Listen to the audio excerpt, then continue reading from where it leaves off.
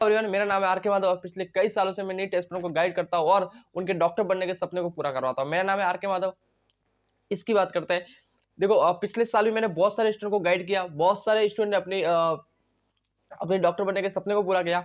यहाँ शायद आप देख सकते हो, उनको फ्री ऑफ कॉस्ट मेंटरशिप देता हूँ अपने टेलीग्राम चैनल पर। समझ रहे हो, वहां पे आप मेरे से पर्सनली बात कर सकते हो, जो भी डाउट है मेरे से पूछ सकते हैं। अब की बात करते हैं, पीडब्ल्यू ने अपना बेंच लॉन्च कर दिया है। अभी आपके पास टाइम कितने, देखो दिमाग में आता है क्या हो पाएगा, क्या एक साल के अंदर आराम से हो पाएगा भाई, आराम से होगा, हो पाएगा, इसमें कोई डाउट नहीं है कि नहीं हो पाएगा। आप समझ रहे हो, आप मेहनत करोगे तो भाई क्यों नहीं होगा। पहली बात करते हैं, देखो आपके पास 1 अप्रैल 24 से 30 अप्रैल 25 तक का टाइम है। समझ रहे हो, इतना आपके पास टाइम है। टोटल 13 महीने बचते हैं, टोटल 13 महीने बचते हैं। अभी 13 महीनों के अंदर देखो, आपको 1 अप्रैल से दिसंबर तक आपको अपना सिलेबस पूरा हो जाना चाहिए। सबसे पहली मेन बात आती है सिलेबस की, यहाँ पे आती है भाई, यहाँ पे आती है। अब किसी का जिसका सिलेबस रह गया तो वो हो गया, मेरे साथ रहोगे तो आपका सिलेबस आराम से करवा दूंगा भाई। आराम से क्या करना है क्या नहीं करना पूरा डिटेल करवा दूंगा।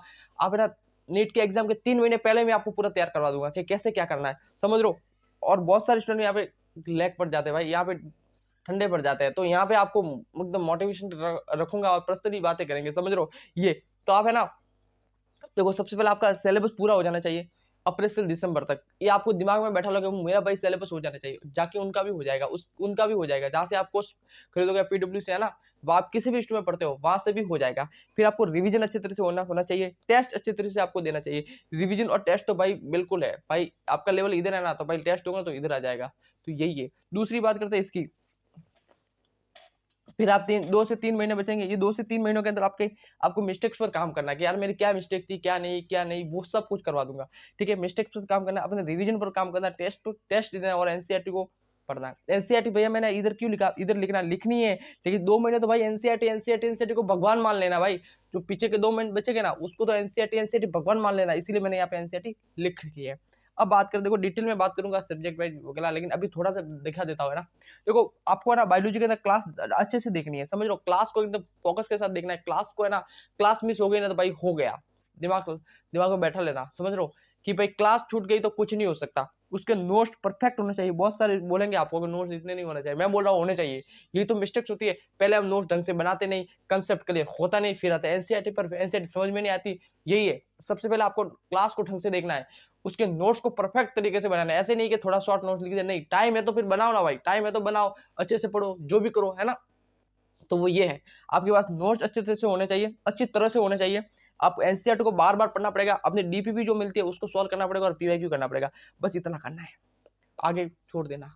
इतना करना है, बस नहीं करना है। क्या भैया उतनी बड़ी बड़ी बुक नहीं लानी है भाई, नहीं लानी है, समझ लो, बिल्कुल नहीं लानी है। आपको सिर्फ पीवाईक्यू प्रैक्टिस के लिए, डीपीपी प्रैक्टिस के लिए और एनसीईआरटी को पढ़ना, बार बार पढ़ना, 3 से 4 बार एनसीईआरटी को पढ़ना पड़ेगा, 3 से 4 बार।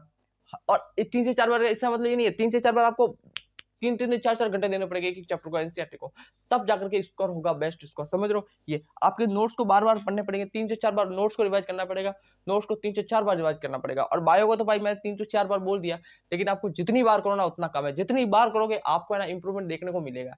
समझ रहे हो, 10 15 नंबर आपको बढ़ते ही दिखेंगे, क्योंकि आप इतनी बार पढ़ोगे तो। ठीक है, अब आता है केमिस्ट्री पर। भाई आपको केमिस्ट्री पढ़नी है, क्लास को पूरा पूरा अच्छे तरीके से, नोट्स तो आपको पता ही है, नोट्स बनाने चाहिए। थ्योरी भी पढ़नी है और एमसीक्यू वगैरह, जो थ्योरी के एमसीक्यू वो भी करने हैं, और डीपीपी करने, पीवाईक्यू करने, बस इतना ही करना है, ज्यादा नहीं करना भाई। ज्यादा करके क्या करोगे, समझ लो, ज्यादा करके नहीं करोगे, आपको इतना ही करना पड़ेगा। बस इस चीजों को देखो, इस चीजों को भैया इतनी से क्या होगा, इस चीजों को मेंटेन रखोगे ना तो हो जाएगा। चीजों को मेंटेन रखोगे तभी तो हो पाएगा, ऐसे थोड़ी ना हो पाएगा। चीजों को बार बार पढ़ना पड़ेगा, बार बार चीजों को, कम चीजें पढ़ो बार बार पढ़ो, कम चीजें पढ़ो बार बार पढ़ो, तब जाकर के होगा।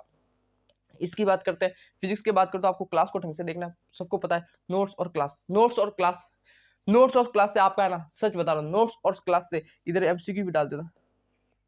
ठीक है, नोट्स और क्लास से, समझ लो, नोट्स और क्लास से आपका ना 90% काम हो सकता है, 90% काम हो सकता है। लेकिन डीपीपी, एमसीक्यू में भी डीपीपी आ गए, पीवाईक्यू, इससे आपका 10% हो जाएगा, 10% इससे हो जाएगा। भैया एमसीक्यू, भाई साहब यदि आपने एमसीक्यू नहीं लगाए और आपने 90% कर लिया, नोट्स और क्लास कर ली और आपने एमसीक्यू नहीं लगाए, भाई ये जब 90% है वो सब बेकार चले जाएगा। आपको 10% यदि आपने कर लिया तो 100% जा सकता है। आप बात को समझना, बात क्या बोल रहा हूँ, बात इतना बोल रहा हूँ कि जो एमसीक्यू मैंने बोला ना इधर, ये मैंने एमसीक्यू इधर बोला ना, वो 10% लिखा, कितना, 10%। और यदि आपने 10% कर लिया, आपने 10% भी कर लिया और 90% भी कर लिया, तब तो जाके 100% रिजल्ट आ सकता है। लेकिन यदि आपने 90% कर लिया और 10% नहीं किया, तो 90% का कोई मतलब ही नहीं है। ये याद रखना, चीज़ों को समझने के लिए आपको याद रखना पड़ेगा। तो थैंक यू सो मच। ऐसा हुआ तो मैं डिटेल एक सब्जेक्ट वाइज़ वीडियो लेके आ जाऊँगा, क्या है स्ट्रैटेजी होनी चाहिए किसी भी सब्जेक्ट को पढ़ने के लिए और शुरुआती में आपको क्या होना चाहिए।